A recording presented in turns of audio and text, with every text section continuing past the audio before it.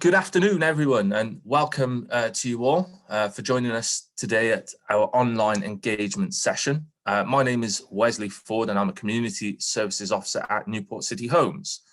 I'll be leading today's session and keeping everything on track. Before we begin, just to make you all aware, this session is being recorded. The recording will be made available on our website for residents who aren't available to attend today. You will also receive a copy of the recording after today's session, in case you'd like to check any of the information that you do hear today. Before we make a start, can I please ask that you do not place any personal information into the chat box? This is purely for data protection purposes. As many of you will know, in February, we held our very first online engagement sessions for residents to come and talk to us about the work in your area. In these sessions, we told you that we're looking at 3 options. This is something that we're going to look at in more detail today. We expect this session to last for the full hour. We'll answer as many questions as we can and then collate our Q&As for circulation. In this session, it's really important that everyone has the opportunity to share their views and provide feedback. Please be aware that some people may have different opinions to you, and we want to hear from as many of you who want to share your views. In line with our community guidelines, please be respectful and use appropriate language, as this can be seen by other residents here today. Normally, we would want to be out and about in the local community so you can speak to us face to face. Unfortunately, this is not possible at the moment due to COVID. So we've been trialing a new approach with these online sessions. We're asking that everyone keeps themselves muted whilst we present the information to you. We really want to hear your views today. We're asking that you do this either by using the chat box, or if you want to use the raise your hand option in the reactions box, we'll invite you to unmute yourself and ask you to then voice your query directly to the project team. Okay, so I'd like to introduce you to members of the project team who will be talking to you today. And firstly, we have Rachel. Hello everyone, I'm Rachel George and I'm the Head of Regeneration. Thanks very much, Rachel. And next up we have Llea. Hi, I'm Gaer Morris. I'm a Development Officer with Newport City Homes. Thanks very much, Llea. And next up we have Simon. Hi everyone, I'm Simon. I'm an architect from Hammond Architectural. Thanks very much, Simon. And there are also other members of the project team here today, and they're here to listen to your feedback and help answer any of the questions which may come up later on in the session.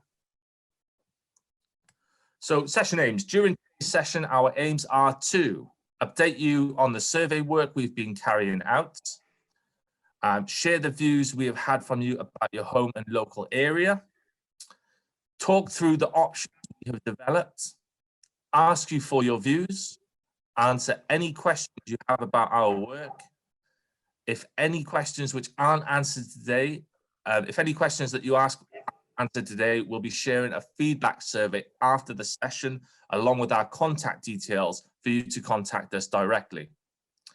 This session is focused on the work that we have been carrying out in your area over the past few months, and we really want this to be an interactive session.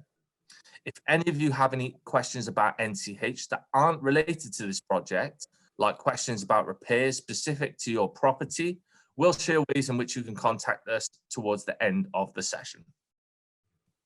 I'm now going to hand over to Rachel. Hi everyone, good afternoon. Great that you're with us today. Thanks very much for your time and being part of and watching this session. We as NCH, we've been looking at your homes and your block because we think that they might need some investment and some work carried out to them in the future. One of the key things that we're looking at is meeting Welsh Government targets for zero carbon homes. That will feature heavily in the things that you hear today. We're also looking at the opportunity of building some new homes on the vacant garage sites that are behind your existing homes, behind these blocks here.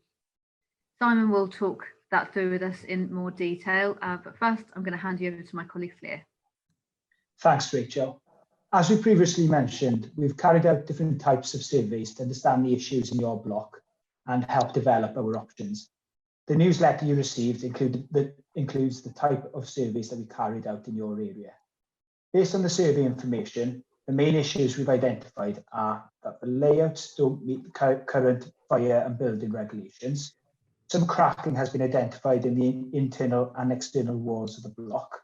The current energy ratings are either EPC C or D, which means that thermal performance may not retain heat as effectively as it could.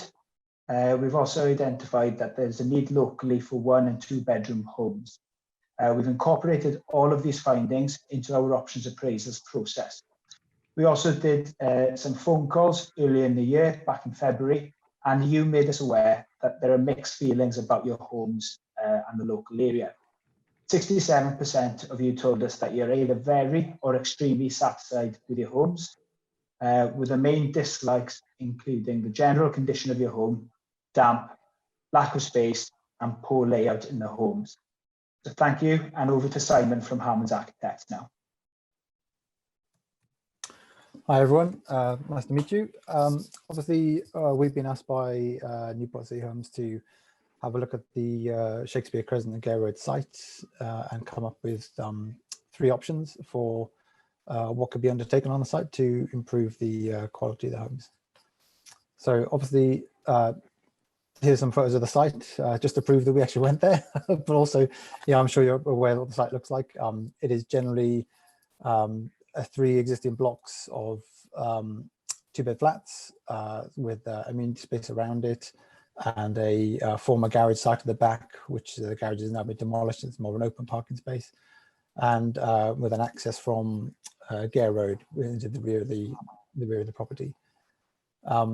We've obviously looked at all these constraints in terms of the site layout and the different characteristics of the site, and use those constraints to formulate our appraisal of the options going forward. So here's, in terms of the constraints on the site, probably the main issue there, as I'm sure you're aware as residents, is the fact the site slopes quite heavily from front to back, sorry, from back to front even. The parking garage spaces at the top of the site are higher than the flats, which are down towards the Shakespeare Crescent end, and the site slopes along like that. So that would be something we'd have to take into consideration when considering the options moving forward. There's also other aspects such as the restricted access. There's only really pedestrian access from the streets in front of the residential blocks, and on the back there's only a single car access to the back. Also the shared amenity space, whilst there is a lot of amenity space there, it's generally not great quality at the moment. So we would look to kind of improve that as well going forward. You've also got overlooking considerations as well from neighbours, which we need to take into account. So in terms of 3 options we've looked at, option 1 is obviously the most basic option, which is that we take no action. There would be general repairs carried out as they currently are, but the overall structure and the fabric of the building wouldn't change quantifiably going forward.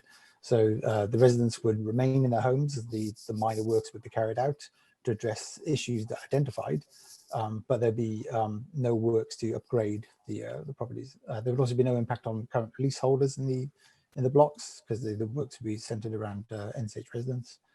And there might be an option to develop the garage site at the back independently of the works being carried out to the existing residential blocks. Brilliant. Thanks very much for that, Simon. Some really useful information there for residents and leaseholders as well. So I just want to get your thoughts. If anyone is here in attendance, and obviously you want to provide your thoughts or your views, or you have a question to ask the project team, please use the raise your hand option or use the chat box option. So John, I'm just going to ask you, has anyone raised their hand at this stage that would like to ask a question to the project team? No, not as yet. I have not seen any hands raised so far. No problem at all. Thanks for that, John. I'm now going to go over to my colleague Sam and check if anyone has commented into the chat box. Sam, has anyone asked a question, shared feedback, or provided a view of any particular type? No, nothing yet, Wes. I'll let you know if there is. Brilliant. Thanks a lot, Sam. Okay, then. Can I jump in quickly, Wes? Sorry, mate. Yeah, of course, no problem. So just a clarification, really. I mentioned in my section that the buildings don't comply with fire regulations. This is an error in the script. So yeah, please discard that if that's okay. Thanks for clarifying that, Clea. Okay, so I'm going to hand back over to Simon now, who's going to take us through option 2. Thank you. So option 2 would be to retain the existing blocks of flats, the 3 blocks of flats on the frontage along Shakespeare and Gaer Road, but to significantly refurbish them. This would be due to bring the blocks up to the required standards that we and the NCH require. The flats themselves would remain as they are, but there would be extensive works carried out to improve them. Residents, whether the work to be carried out when you remain in your home or not, it'd be unlikely due to the amount of work that we required. So NCH would obviously have a conversation with you about the possible need to be moved from the property whilst the work is carried out. Obviously, the refurbishment work going forward would normally be undertaken on a leaseholder property either, but there will probably be an option to opt into the works provided from NCH for leaseholders. So then we have a more uniform sort of refurbishment of the entire block rather than just piecemeal. In terms of, sorry, is there another slide? Or is, yeah. So the going forward, the way that we would want to refurbish the blocks, we would look to obviously improve the environmental performance of them. So these could be in ways of saying wrapping the building in a new insulation system on the outside, which would improve the heat loss of the building and make it generally warmer, and improvement on energy bills. That would also help to meet the zero carbon requirements that we have, and to further aid our meeting of the sustainability criteria and the zero carbon targets. We might also look to install solar panels on the roof, as well as provide other sort of new innovative technologies within the buildings themselves. Obviously, generally speaking, we would approach a fabric first approach to the refurbishment of the building. So we would also look at replacing windows and doors with items that are more up to date and have a higher performance than what you currently have. And there would have to be some retrospective works in terms of removing and replacing the existing cavity wall insulation, which is not really up to the current specification that we require. Also, the staircase in the communal stairs would have to be reconfigured, because currently they don't quite meet building regulations. They're a little bit too steep and a little bit too narrow. So we'll probably have to look at reconfiguring the stairs and doing a bit more work to the actual communal lobby area as well to improve that.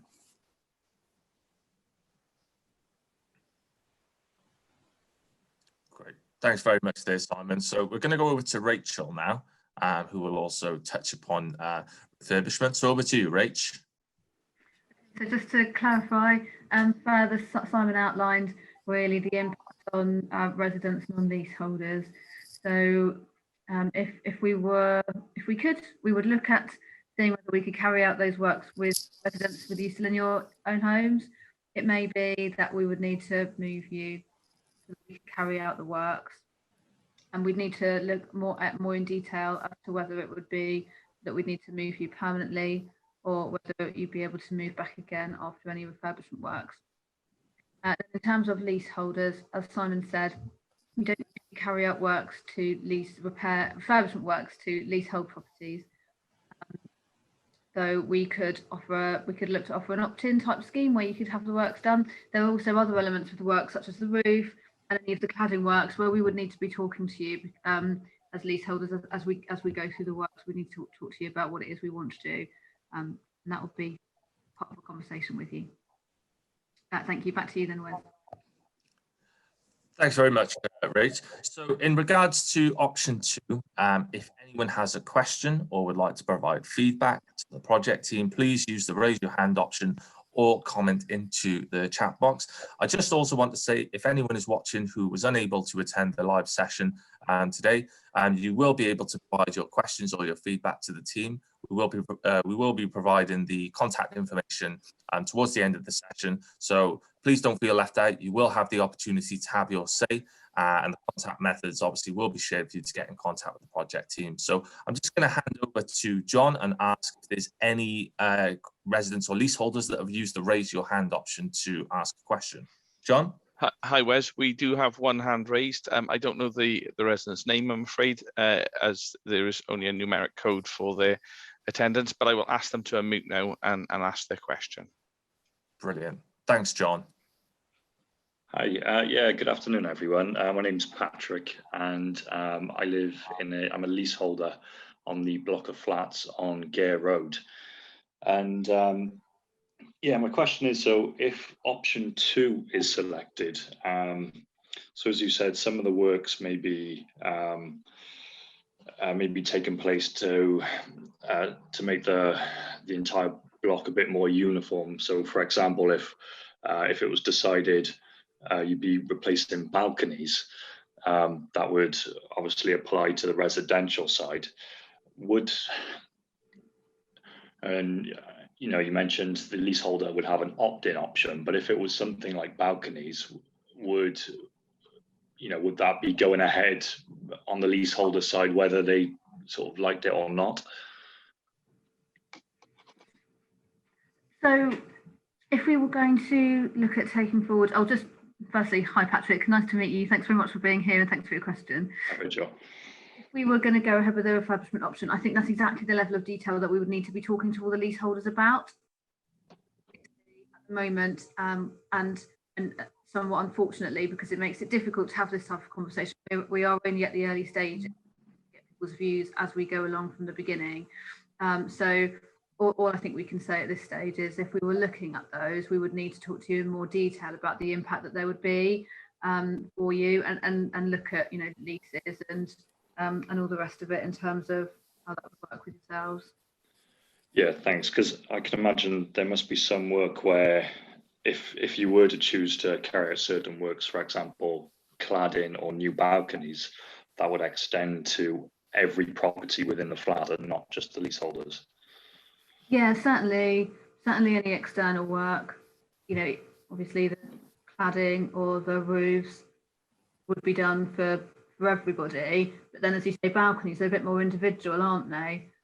So we'd obviously want it to be done for the whole block if that's what we were going to be doing, so that everyone's got the same benefit of that work, but without you know, knowing for sure whether we'd go ahead with it. It's possibly a bit too early for us to explore that in detail, but we obviously really understand that it's a concern for leaseholders, and we'd look to sort that out with you as quickly as possible. Okay, thank you. Thanks very much, Rachel, and thank you very much for that, Patrick, as well. Really appreciate your time today. So yeah, if anyone has any questions or wants to provide any feedback, I really do encourage you to get involved. Obviously, we're taking everyone's views under account. We are taking your questions very seriously. Even if we can't give the 100% answer now, we will ensure that we'll get back to you with the best possible answer as quick as we can. So I'm just going to go over to Sam now and find out if anyone has put any comments into the chat section. Sam, has anyone commented into the chat box? No, Wes, nothing as yet, but if anyone does have any comments, do pop them in and we can answer them for you. Thanks very much, Sam. Okay, so I'm going to hand back over now to Simon, who will take us through option 3. Yeah, do you want to just cover the, yeah, okay, so option 3 would be, the option, this is the most extreme option that we've looked at, which is that we would look to redevelop the entire site and provide new housing and new parking and a new layout across the entire site. Obviously, as a way of improving the general housing stock for everyone, as well as providing more units as well, and utilizing the entire site. For this option, obviously, it would require the demolition of the existing 3 blocks of flats. So you would require it to be to move to elsewhere for this one. So the key aspects of the new build option would be the creation of 18 two-bed flats. So have a look at the site. The best arrangement we think going forward is to create 18 two-bed flats to replace the existing properties, and then the creation of 2 3-bed homes and 4 2-bed homes to provide a better mix of possible housing on site as well, and to add to the sort of visual interest of the area and the scale of the development. Arranged around a sort of a new access infrastructure, which we'll show in a minute in the plan diagram. We would also incorporate sustainable drainage solutions so that flooding risks on the site would be mitigated, and these would be incorporated into landscape elements, which would help to make the site feel nicer and feel sort of well designed and a pleasant place to live. There would also be secure bin and bicycle storage provided to again help with the sort of visual amenity of the new development, but also to provide needed services into the bin storage and somewhere to store bicycles, which is currently not greatly provided.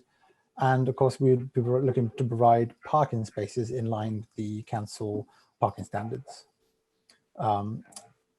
In order to be fit for the future as possible, these homes will also be, again, like the refurbishment option, they would be zero carbon.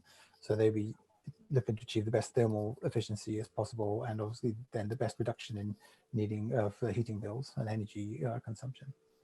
So as you can see, the proposal would be to, because we have to maintain the existing access onto Gaer Road, we would propose to add a new access from Shakespeare Crescent to access the top of the site where the existing garages are.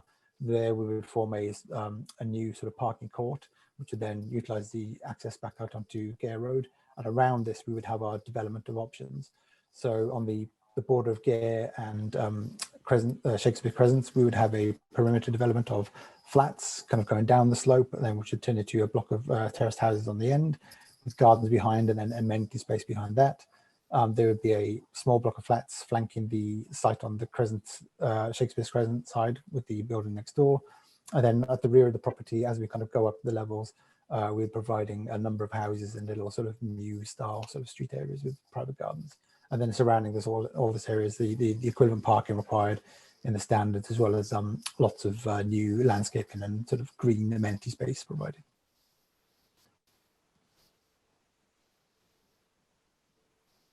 Okay, thank you very much, Simon.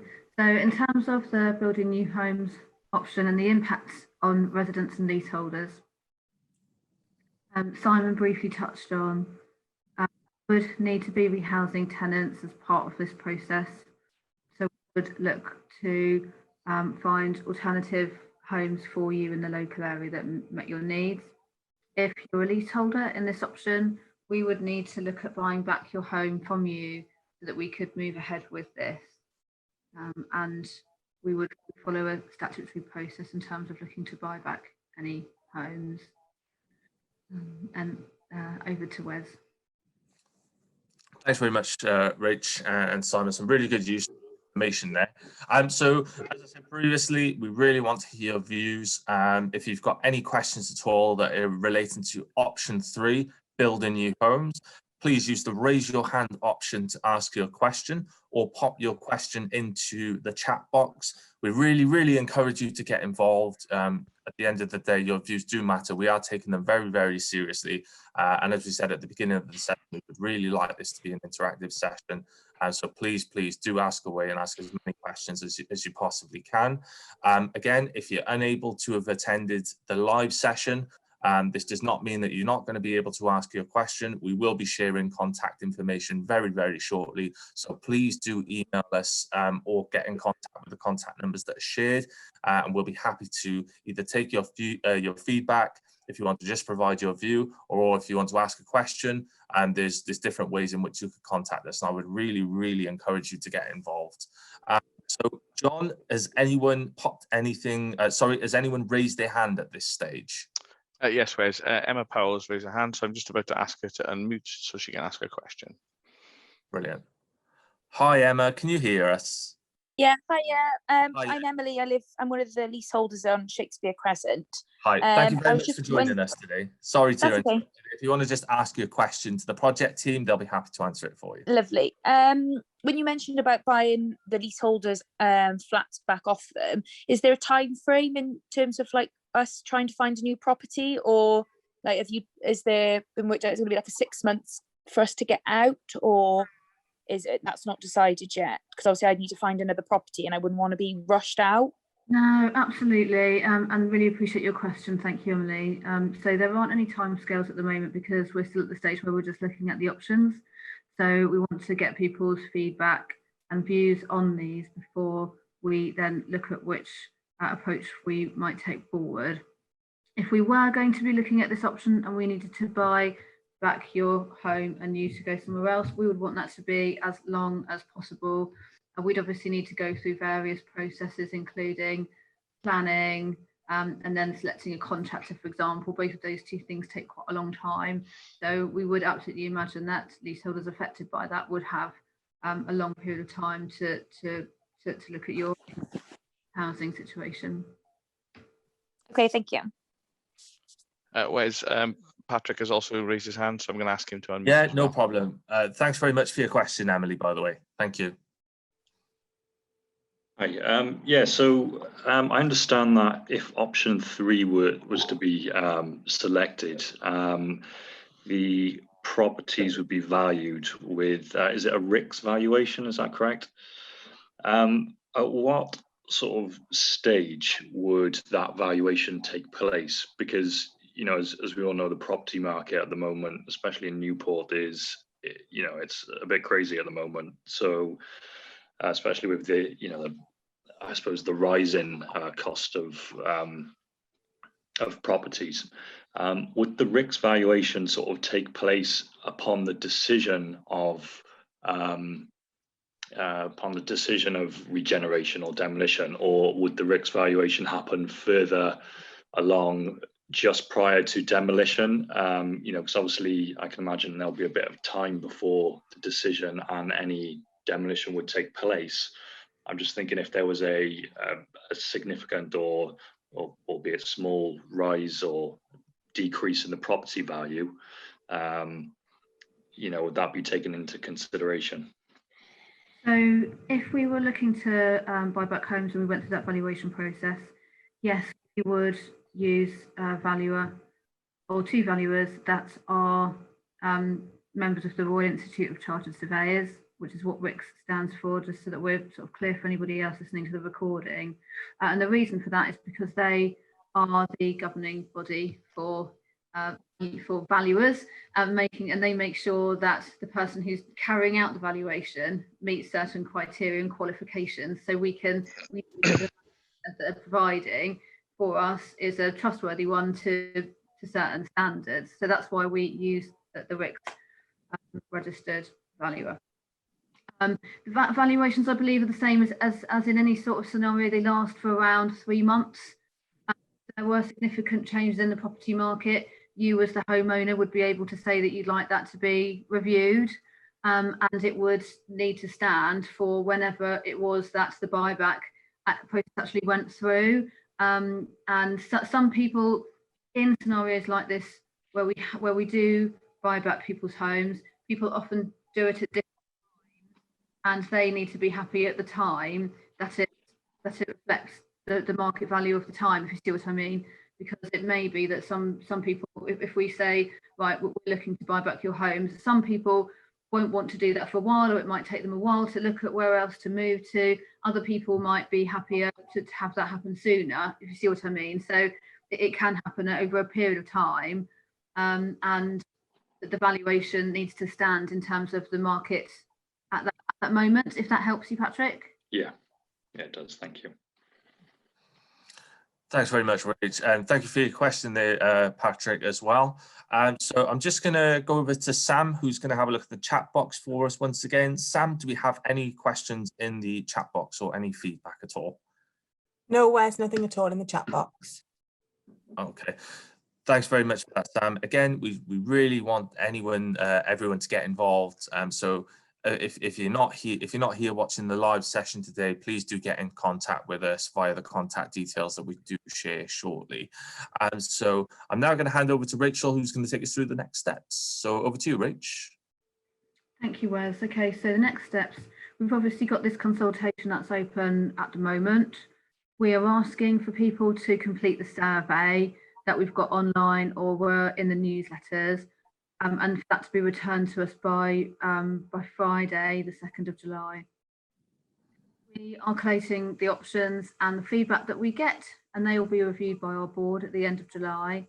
And once we've had that process that's gone to our board, we will come back and we will talk to you about any outcome. Now, what we're saying is that we will look to get back to you during August and September. We realise that that we are giving ourselves some time to do that because board isn't until the end of July, and we just need to make sure that we're realistic in terms of when we're able to get back to you. But it will be as soon as possible across August and September that we'll let you know any outcome from that from the board review of these options. Thanks very much for that, Rach. So we're now at the stage where we do have a delegated time frame for questions or feedback. So we're just going to spend a few minutes at this stage where we're going to check the chat box and check for raised hands again. As I said, I really do encourage people to get involved, have your say, provide your feedback, voice your opinion, ask questions directly to the project team. If you're not here today, as I said, the contact information will be shared for you to get in contact with us other ways, but I really do encourage you to get involved and have your say. So I'm going to go over to John. John, do we have anyone who's raised their hand at this stage? Yes, indeed. Both Emily and Patrick have raised their hands. So I'm going to ask Emily to unmute first, and then we'll move on to Patrick once Emily's question has been answered. Okay. Brilliant. Thanks, Emily. Emily, if you'd like to ask your question, they'll answer it as best as they can for you. I should have asked the question a bit earlier. It was just about option 2 when you said about the refurbishment. As a leaseholder, obviously we wouldn't get the work done, but without being a bit selfish about it, obviously me and my partner, we both work shifts, so obviously living in a building site just wouldn't appeal to us at all. And obviously when we bought our property, this wasn't a thing. Is there any chance that we'd have the option to have the property bought off us? Obviously, because if you want to refurbish the building, obviously that's completely up to your decision, but you know, I don't want to be living in a mess, and obviously we sleep throughout the day, some like throughout the week and stuff, and it wouldn't be appropriate for our lifestyle. Okay, Emily, I mean, you are not the first person to raise this with us as something for us to think about, so I can't, I'm afraid, give you a clear answer on that now, but it is something that we will include as part of our feedback of the options appraisals, that actually some leaseholders would be interested in us buying back their home if we were to look at refurbishment. We'll feed that back. Thank you. Thank you. Thanks very much, Rach, and thank you for your question there, Emily. I believe we have another question as well, John. Yes, indeed. I'm just asking Patrick to unmute now. Brilliant. Welcome again, Patrick. If you'd like to ask a question to the project team, they will answer it as best as they possibly can for you. Thanks, Wesley. Yeah, so I understand ultimately a decision isn't going to be made until it gets put to the board. But if Newport City Homes could go ahead with a regeneration in this area and carry out demolition, is that something Newport City Homes would like to proceed with? So the purpose of this options appraisal is really to look at what we think the long-term investment needs are for these homes, just to make sure that we have got the right planning in place, and we want to look at the different options that are available to us so that we can see, so that we can make sure that we are making the right decision. It's not, we're not able to say in this meeting at the moment what a preferred approach might be. We are still at the stage where we're very much gathering information and people's thoughts. It won't be until after we've been to board that we'll be able to answer you, I'm afraid, on that one. Okay, thank you. Thanks very much for that, Rach, and thank you for your question there, Patrick. John, are there any more questions in the raise your hand section? There aren't, no. No problem. Okay.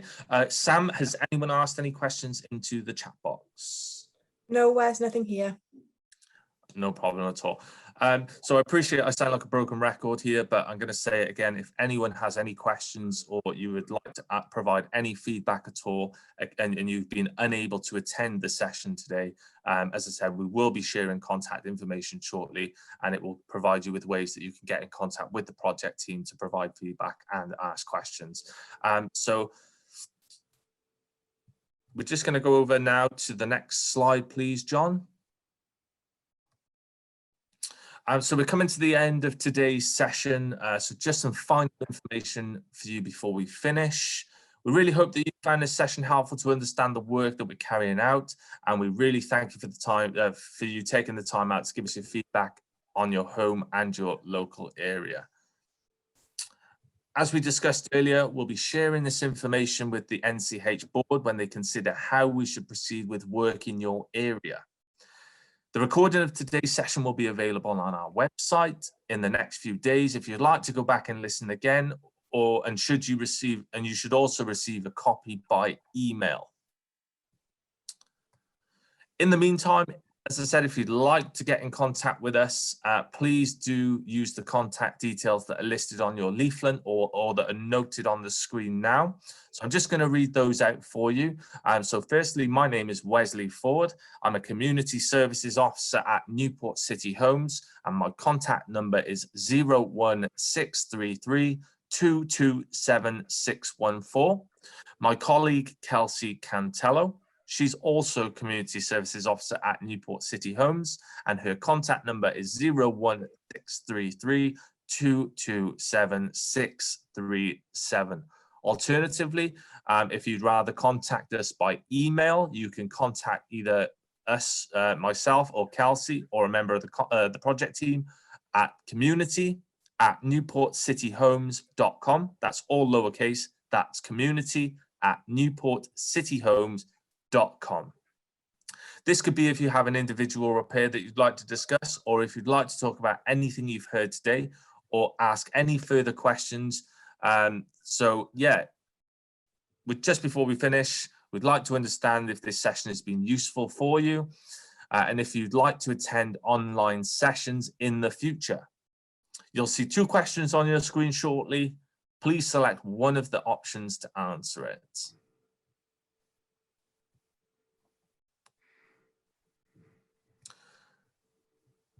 Okay. All right, so just give it a few more seconds there.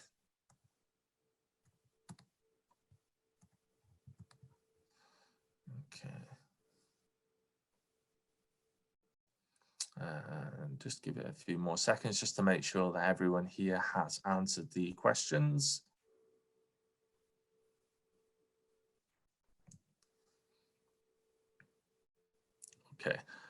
Okay then, so that's it from us for this session.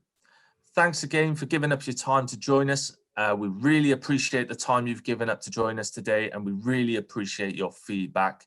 We really look forward to speaking with you again soon when we'll have more updates to share. So once again, thank you for your time and have a great day. Take care.